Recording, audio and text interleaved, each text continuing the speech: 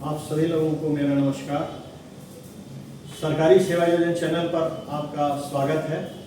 आज हम बात करने वाले हैं एक ऐसी वैकेंसी की जो आपके ज़िले के सन्निकट निकली हुई है और ये भर्ती है चिकित्सा शिक्षा विभाग मेडिकल कॉलेज देवरिया से।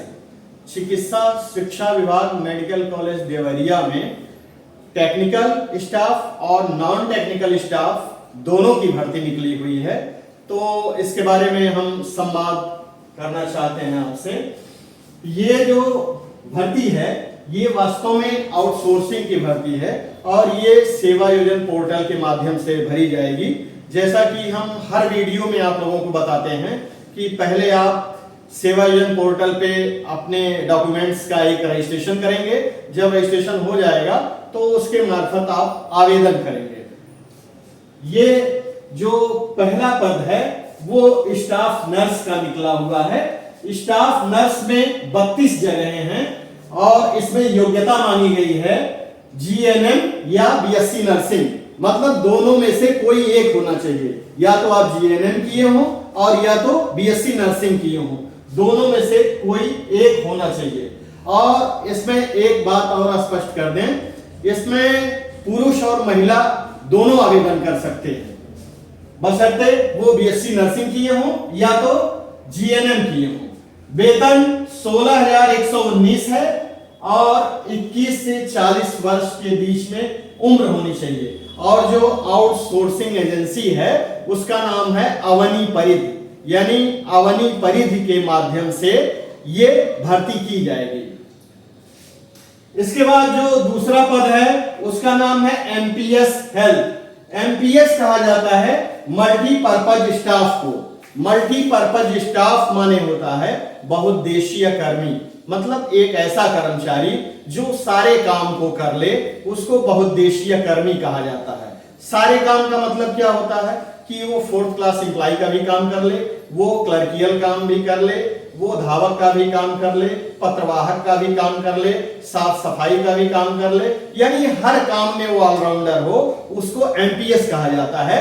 उसको अंग्रेजी में मल्टीपर्पज स्टाफ कहा जाता है और हिंदी में उसको बहुउद्देशीय कर्मी कहा जाता है। उसको आप ऐसा समझिए जैसे क्रिकेट में एक प्लेयर होता है जो ऑलराउंडर होता है, वो बैटिंग भी करता है, बॉलिंग भी करता है और फील्डिंग भी करता है। ऐसे प्लेयर को क्रिकेट की भाषा में हम लोग ऑलराउंडर कहते हैं। तो वही ये जो ऑलराउंडर कर्मचारी होते हैं उनको अंग्रेजी में एमपीएस कहा जाता है, यानी मल्टीपर्पज स्टाफ, और हिंदी में बहुउद्देशीय कर्मी कहा जाता है। तो एमपीएस की जो जगह है वो एमपीएस हेल्थ है, इसमें 5 जगह है। कक्षा 10 पास होना चाहिए और वेतन इनका 16,119 है। 21 से 40 वर्ष के बीच में उम्र होनी चाहिए और एजेंसी का नाम वही है जैसा कि हमने पहले बताया, अवनी परिधि एजेंसी है जो भर्ती करेगी। और तीसरे टाइप का जो पोस्ट है उसको एमपीएस जनरल कहा गया है, यानी मल्टीपर्पज स्टाफ जनरल।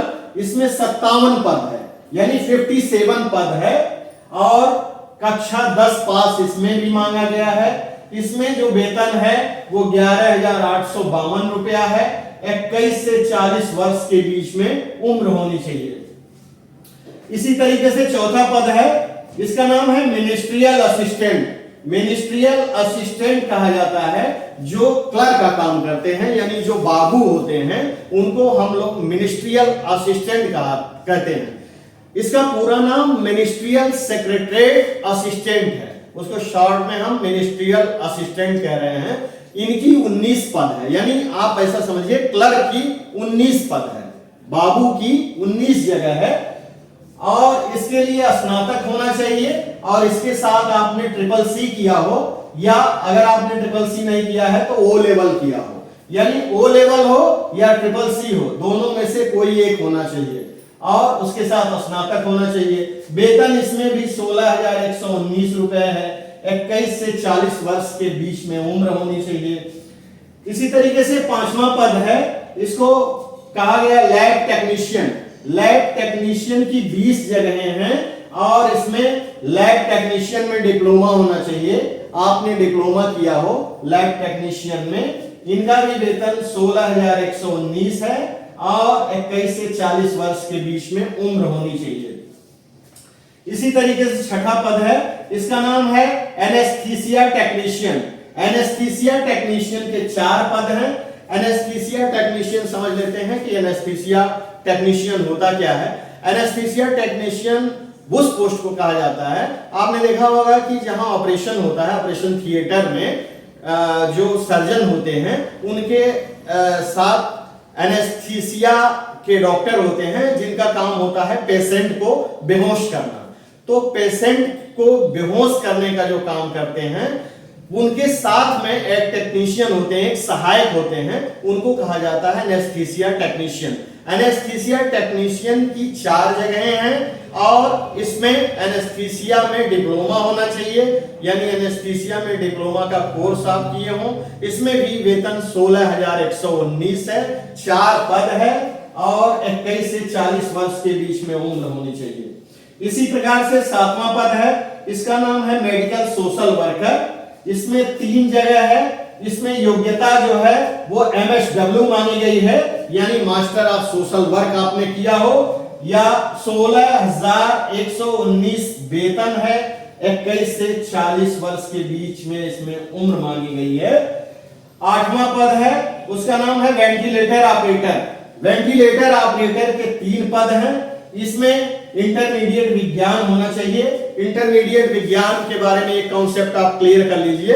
इंटरमीडिएट अगर आप बायोलॉजी से हैं तो भी आपको इंटरमीडिएट विज्ञान कहा जाता है, और अगर आपने इंटरमीडिएट में मैथमेटिक्स पढ़ा है तब भी आपको इंटर विज्ञान कहा जाता है। यानी आप इंटरमीडिएट में मैथमेटिक्स पढ़े हो या आपने इंटरमीडिएट में बायोलॉजी पढ़ा हो, दोनों लोग इसके लिए अहर्य हैं, आवेदन कर सकते हैं। वेंटिलेटर टेक्नीशियन के लिए 3 पद है, इंटरमीडिएट विज्ञान होना चाहिए, 16,119 रुपया इसमें वेतन है और 21 से 40 वर्ष के बीच में उम्र होनी चाहिए। 9वां पद है डेंटल हाइजीनिस्ट। डेंटल हाइजीनिस्ट का काम होता है दांत की साफ सफाई करना। ये जो डेंटल सर्जन होते हैं इनके असिस्टेंट का काम करते हैं, इनको डेंटल हाइजीनिस्ट कहा जाता है। और इसके लिए डेंटल हाइजीनिक में आपने डिप्लोमा किया हो तो आप इस फॉर्म को भर सकते हैं। 2 पद इसमें है और इसमें भी वेतन 16,119 रुपया है और 21 से 40 वर्ष के बीच में उम्र होनी चाहिए। इस तरीके से 16,119 रुपया वेतन है और 21 से 40 वर्ष के बीच में उम्र होनी चाहिए।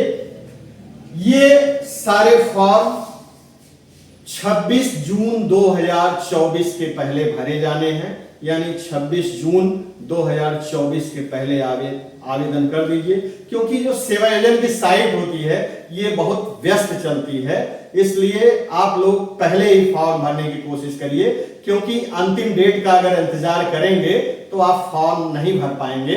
इसकी साइट बहुत ही व्यस्त चलती है, इसलिए ध्यान रखिए 26 जून 2024 के पहले आवेदन कर दीजिए। धन्यवाद।